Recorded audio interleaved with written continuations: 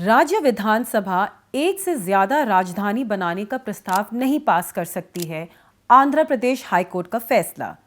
Lakhimpur Kheri case में आशीष मिश्रा की जमानत को चुनौती देने वाली याचिका पर सुनवाई करेगी सुप्रीम कोर्ट। और महाराष्ट्र स्थानीय निकाय चुनावों में सुप्रीम कोर्ट ने ओबीसी कोटे को ना कहा। नमस्कार, मैं भद्रा सिन्हा और मैं आपका स्वागत करती हूं अपने इस साप्ताहिक शो कोर्ट अनकोर्ट में, जिसमें हम आपको पिछले हफ्ते हुई कानून या कोर्ट से जुड़ी हुई कुछ महत्वपूर्ण खबरों के बारे में जानकारी देते हैं। दरअसल ये शो मैं अपनी सहयोगी अपूर्वा मंधानी के साथ होस्ट करती हूं, मगर आज कुछ निजी कारण की वजह से वो हमारे साथ नहीं है। तो चलिए आपको इस हफ्ते की सबसे बड़ी खबर के बारे में पहले बताती हूँ। इस हफ्ते की जो सबसे बड़ी खबर है वो आंध्र प्रदेश हाईकोर्ट से आ रही है। दरअसल आंध्र प्रदेश हाईकोर्ट ने पिछले हफ्ते एक ये निर्णय दिया है कि जो राज्य विधानसभा है वो राज्य में एक से ज़्यादा राजधानी बनाने का निर्णय नहीं ले सकती, मतलब कि उस तरह का कोई वो प्रस्ताव जो है वो पास नहीं कर सकती। अब जो ये फैसला है ये आंध्र प्रदेश की जो सरकार है, जगन रेड्डी की सरकार, उसके लिए एक बहुत ही बड़ा झटका जो है वो इसलिए क्योंकि ये जो पूरा मुद्दा था ये जगन रेड्डी की सरकार बनाने के बाद ही जो है हाईकोर्ट में पहुंचा था। अब थोड़ा सा बैकग्राउंड देना चाहूँगी आपको कि किस तरह से ये पूरा मुद्दा हाईकोर्ट में पहुंचा। दरअसल 2014 में आपको ध्यान होगा आंध्र प्रदेश रीऑर्गेनाइजेशन एक्ट पास किया था पार्लियामेंट ने। अब इस एक्ट यानी कि इस कानून के बाद जो है आंध्र प्रदेश को 2 राज्यों में बांटा गया था और एक नया राज्य जो है उसको बनाया गया था जिसका नाम है तेलंगाना। अब उसके बाद जो है उसी साल यानी कि 2014 में एक नया और लॉ पास हुआ जिसका नाम है Andhra Pradesh capital region development authority act. अब ये लॉ क्या कहता है? इस लॉ के मुताबिक हैदराबाद जो पुराने आंध्र प्रदेश की राजधानी था, हैदराबाद को जो है इन 2 नए राज्यों की राजधानी को बनाने का जो है ये एक्ट जो है उसने ये डिक्लेरेशन दिया और साथ ही साथ ये बोला कि हैदराबाद जो है इन दोनों राज्यों की राजधानी रहेगा 10 साल तक। उसके बाद हैदराबाद तेलंगाना की राजधानी बन जाएगा और आंध्र प्रदेश को अपने राज्य के लिए एक नई राजधानी जो है स्थापित करनी पड़ेगी। अब जो उस समय की जो सरकार थी तेलुगु देशम पार्टी, जिसके चीफ मिनिस्टर थे चंद्रबाबू नायडू, उन्होंने जो है अपने टर्म के दौरान ये डिसाइड किया कि जो अमरावती एरिया है आंध्र प्रदेश में उसको जो है आंध्र प्रदेश की नई राजधानी बनाई जाएगी। अब जब 2019 में जगन रेड्डी ने अपनी सरकार बनाई तो उन्होंने जो तेलुगु देशम पार्टी का जो निर्णय था उसको वापस ले लिया और 2020 में 2 नए कानून पास किए और इस नए कानून के तहत जो है 3 राजधानियां बनाने का फैसला किया गया। वो कहाँ राजधानियां नहीं बनी? अमरावती, विशाखापट्टनम और कुर्नूल में। अब इसी जैसे ही ये 2 कानून पास हुए, इसके बाद ही बहुत सारी याचिकाएं जो हैं आंध्र प्रदेश हाईकोर्ट में दाखिल की गई और इनमें से काफ़ी याचिकाकर्ता वो किसान थे जिन्होंने अपनी ज़मीनें जो हैं अपने आप सरकार को दे दी गई थी इसी सोच में कि अमरावती रीजन में, अमरावती के इलाके में जो है नई राजधानी बनेगी आंध्र प्रदेश की। अब लगभग जो है 62 पिटिशंस जो हैं इस पूरे मामले में फाइल की गई थी हाई कोर्ट में। इसमें अलग अलग मुद्दे उठाए गए थे। इसमें ये बोला गया था कि जो राज्य सरकार है उसने अपना एक तरीके से जो उसका दायित्व था अमरावती को डेवलप करने का, वहाँ पे इंफ्रास्ट्रक्चर नया खड़ा करने का ताकि वो एक नई राजधानी बन सके,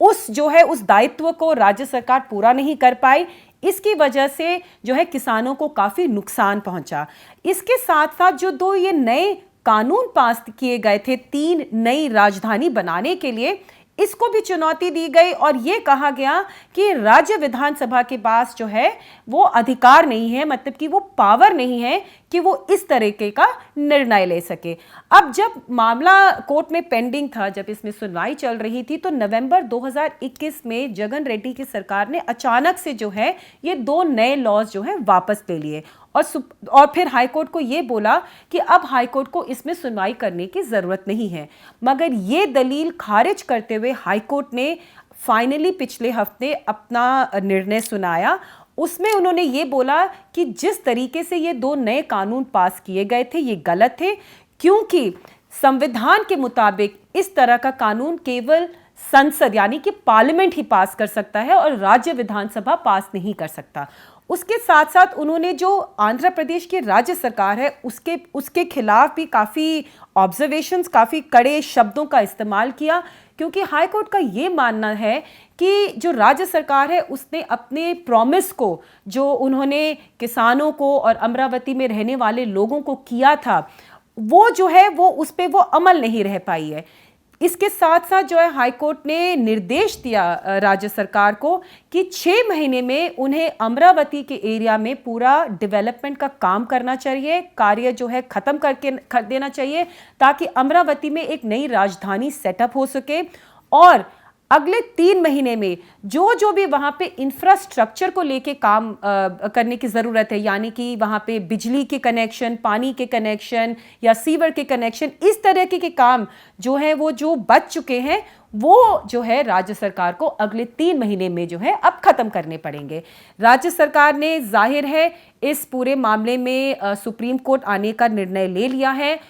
उन्होंने ये भी डिसाइड कर लिया है कि ये इस जजमेंट को, इस फैसले को जो है सुप्रीम कोर्ट में चुनौती देंगे, क्योंकि राज्य सरकार जो है वो इस बात पे अड़ी हुई है कि पूरे राज्य की फर्दर डेवलपमेंट के लिए एक राजधानी नहीं मगर 3 राजधानियां होनी चाहिए। अब जो दूसरा केस है जिसके बारे में मैं आपको जानकारी दूंगी वो लखीमपुर खीरी का जो किस्सा हुआ था उससे जुड़ा हुआ है। आपको ध्यान होगा कि इलाहाबाद हाई कोर्ट में लखीमपुर खीरी केस में जो सबसे जो मेन अक्यूज्ड हैं आशीष मिश्रा, जिनके फादर जो हैं सेंट्रल गवर्नमेंट में मिनिस्टर हैं, इलाहाबाद हाई कोर्ट ने दरअसल इनको पिछले महीने ही बेल दी थी। तो इस बेल को चुनौती देते हुए जिन लोगों की मृत्यु हुई थी पूरे इंसिडेंट में, उन्होंने सुप्रीम कोर्ट में अर्जी दाखिल करी है। अब पिछले हफ्ते ही इनकी तरफ से जो है इस अर्जी को मेंशन किया गया था chief justice of India justice N V Ramana के बेंच के सामने, और उनकी गुहार सुनने के बाद जो बेंच है सीजेआई की, उन्होंने ये डिसाइड किया कि अब वो पूरे मामले की सुनवाई जो है 11 मार्च को करेंगे। इनकी तरफ से जो है प्रशांत भूषण जो सीनियर एडवोकेट हैं, उन्होंने सुप्रीम कोर्ट बेंच को ये बताया कि जो ये पूरा जिस तरीके से इलाहाबाद हाई कोर्ट ने इस मामले में बेल दी है आशीष मिश्रा को, वो गलत है, और इसी ऑर्डर के बेसिस पे जो बाकी लोग इसमें अरेस्टेड हैं वो भी जो है हाई कोर्ट में गुहार लगा रहे हैं बेल की। प्रशांत भूषण को सुनने के बाद चीफ जस्टिस ऑफ इंडिया ने उनको बस ये इतना ही बोला कि वो इस पूरे मामले की सुनवाई 11 मार्च को कर सकते हैं, क्योंकि जो एक स्पेशल बेंच है जो इसमें सुनवाई पहले भी कर चुकी है, उसके जो 2 जजेस हैं उनके पास अभी समय नहीं है उनके साथ बैठने के लिए, ताकि वो इस पूरे मैटर को दोबारा से सुने। आपको थोड़ा बैकग्राउंड के तौर पे बता देती हूँ, आपको काफ़ी कुछ तो पता होगा इस केस के बारे में। आपको जैसे ध्यान होगा कि 3 अक्टूबर को, पिछले साल 3 अक्टूबर को लखीमपुर खीरी एरिया में 3 किसानों की मृत्यु हो गई थी। ये जो किसान जिनकी मृत्यु हुई थी वो दरअसल उस समय किसानों के खिलाफ जो कानून लाए गए थे केंद्र सरकार की तरफ से, उनके खिलाफ प्रोटेस्ट कर रहे थे, और जब वो प्रदर्शन पे बैठे हुए थे तभी जो है एक कॉन्वॉय आया गाड़ियों का, जिसमें से एक गाड़ी आशीष मिश्रा की थी, और इस कॉन्वॉय ने जो है इन किसानों को रौंद दिया था, जिससे इन किसानों की मृत्यु हो गई थी। अब उसमें से एक गाड़ी में आशीष मिश्रा बैठे हुए थे, और पुलिस का ये मानना है कि आशीष मिश्रा ने ड्राइवर को जो है एक तरीके से उकसाया था गाड़ी चलाने के लिए, और जिसकी वजह से इन किसानों की मौत हो गई थी। अब जब किसानों की मौत हुई तो उसके बाद जो है, जब एक्सीडेंट हुआ तो उसके बाद जो है किसानों की तरफ से भी थोड़ी सी हिंसा हुई थी, जिसमें जो ड्राइवर हैं जो आशीष मिश्रा की गाड़ी चला रहे थे उनकी भी मृत्यु हो गई थी। अब इस मामले में पुलिस ने अपनी जो चार्जशीट है वो जनवरी इस साल जो है वो फाइल करी थी, मगर चार्जशीट फाइल करने के पहले दरअसल क्या हुआ था कि सुप्रीम कोर्ट में इस पूरे मामले को लेके एक स्पेशल अर्जी जो है दाखिल की गई थी, और ये जो है कहा गया था कि इस पूरे मामले में ठीक से जांच नहीं हो रही, क्योंकि आशीष मिश्रा के जो पिता हैं वो केंद्र में एक मंत्री हैं, केंद्र सरकार में मंत्री हैं। तो इसलिए सुप्रीम कोर्ट ने इसमें एक स्पेशल इन्वेस्टिगेटिंग टीम का जो है वो गठन किया था, जिसको जो है पूर्व पंजाब और हरियाणा हाईकोर्ट के एक जज हैं, वो इस पूरे मामले को जो है सुपरवाइज कर रहे थे। तो उन्हीं के सुपरविजन के अंडर जो है जनवरी में एसआईटी ने अपनी चार्जशीट दाखिल करी। अब जो इलाहाबाद हाईकोर्ट ने पिछले महीने बेल दी है आशीष मिश्रा को, उसमें काफ़ी गलतियां बताई जा रही हैं याचिकाकर्ताओं के द्वारा। वो याचिकाकर्ता जो अब सुप्रीम कोर्ट में जिन्होंने उनकी बेल को चुनौती दी है, इन याचिकाकर्ताओं के मुताबिक इलाहाबाद हाईकोर्ट ने जो चार्जशीट है उस पर बिल्कुल नज़र नहीं डाली, और वो इसलिए नहीं डाली क्योंकि आशीष मिश्रा के जो लॉयर हैं उन्होंने हाईकोर्ट को इस चार्जशीट के बारे में बिल्कुल जानकारी नहीं दी। इस चार्जशीट में काफ़ी एविडेंस जो है, सबूत एक तरीके से आशीष मिश्रा के खिलाफ रखे गए हैं, और जिस तरीके का एलिगेशन पुलिस ने आशीष मिश्रा के खिलाफ लगाया है उसको देख के यही लगता है, यही साबित होता है कि आशीष मिश्रा का इस पूरे किस्से में जो है काफ़ी बड़ा हाथ है, ये मानना है याचिकाकर्ताओं का। तो इसी बात को जो है गुहार लगाते हुए प्रशांत भूषण ने पिछले हफ्ते अपनी जो याचिका है चीफ जस्टिस ऑफ इंडिया के बेंच के सामने मेंशन करी, और चीफ जस्टिस ऑफ इंडिया ने सुनने से इनकार नहीं किया है, मगर हाँ एक डेट दी है 11 मार्च की। अब उस दिन क्या इस बेल को रद्द कर दिया जाता है या यूपी सरकार से जवाब मांगा जाता है, ये देखने वाली बात है। जो तीसरी खबर है वो महाराष्ट्र से जुड़ी हुई है, मगर सुप्रीम कोर्ट से ही ये खबर है।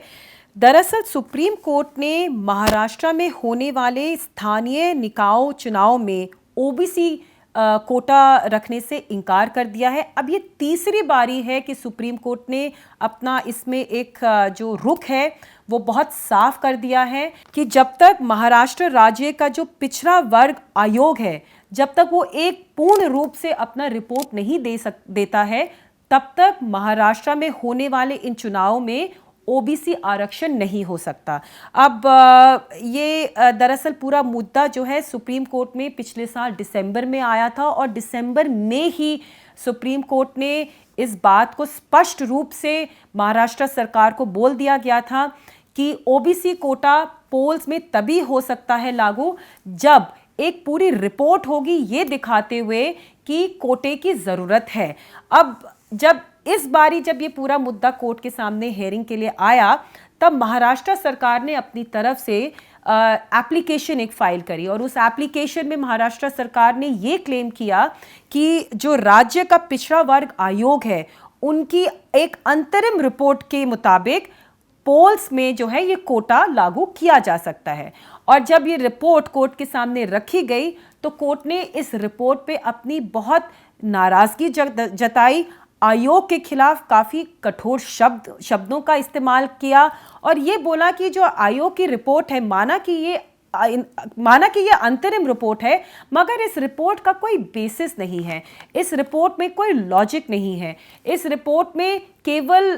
एक डेटा दिया गया है जिसको सुप्रीम कोर्ट पहले रिजेक्ट कर चुकी है, उसको नकार चुकी है, फिर भी उसी डेटा के बेसिस पे इस आयोग ने जो है अपनी रिपोर्ट दी है। अब महाराष्ट्र की तरफ से कोर्ट में ये कहा गया कि ये एक अंतरिम रिपोर्ट है और आयोग को थोड़ा समय देना चाहिए अपनी इस रिपोर्ट पे और कुछ जो है बताने के लिए और ये समझाने के लिए कि किस तरीके से वो इस निर्णय पे आई है कि कोटे को लागू किया जा सकता है। मगर इस बात को ना मानते हुए कोर्ट ने फिर से जो है साफ शब्दों में महाराष्ट्र सरकार को बोला कि जब तक रिपोर्ट पूर्ण रूप से ये नहीं समझाती कोर्ट को कि कोटे की क्यों ज़रूरत है, तब तक जो है कोटा लागू नहीं किया जा सकता। इसके साथ साथ सुप्रीम कोर्ट ने जो वहाँ की जो स्टेट इलेक्शन बॉडी है उनको एक बार फिर निर्देश दिया कि जो सीट्स पहले कोटे के अंडर रिजर्व की गई थी, जिन सीट्स में आरक्षण किया गया था, उन सीट्स को जो है जनरल सीट्स डिक्लेयर करके जो पोल्स का जो नोटिफिकेशन है उसको लागू कर देना चाहिए, जारी कर देना चाहिए, ताकि जल्द से जल्द जो है इसमें इलेक्शंस हो सकें। आपको ये बताना चाहूँगी कि सुप्रीम कोर्ट को ये भी बताया गया कि 800 ग्राम पंचायत, 5 म्यूनिसिपल कॉरपोरेशंस और 100 म्यूनिसिपल काउंसिल्स में जो है ये सारी सीटें अभी खाली हैं, क्योंकि ये पूरे ओबीसी कोटे के मुद्दे को लेके इनमें अभी चुनाव नहीं किए जा रहे हैं। तो इसी बात को मद्देनज़र रखते हुए सुप्रीम कोर्ट ने जो स्टेट इलेक्शन कमीशन है उसको जो है निर्देश दिया कि जल्द से जल्द जो है नोटिफिकेशन जारी करके इन सारे सीट्स पे इलेक्शंस करवा देना चाहिए। तो चलिए, इस हफ्ते के लिए काफ़ी है। मैं आशा करती हूँ कि आपको हमारा ये शो काफ़ी पसंद आ रहा होगा। हमें इस शो के कमेंट सेक्शन में लिख के ज़रूर बताइएगा कि आपको ये शो कैसा लग रहा है। अगले हफ्ते तक के लिए धन्यवाद।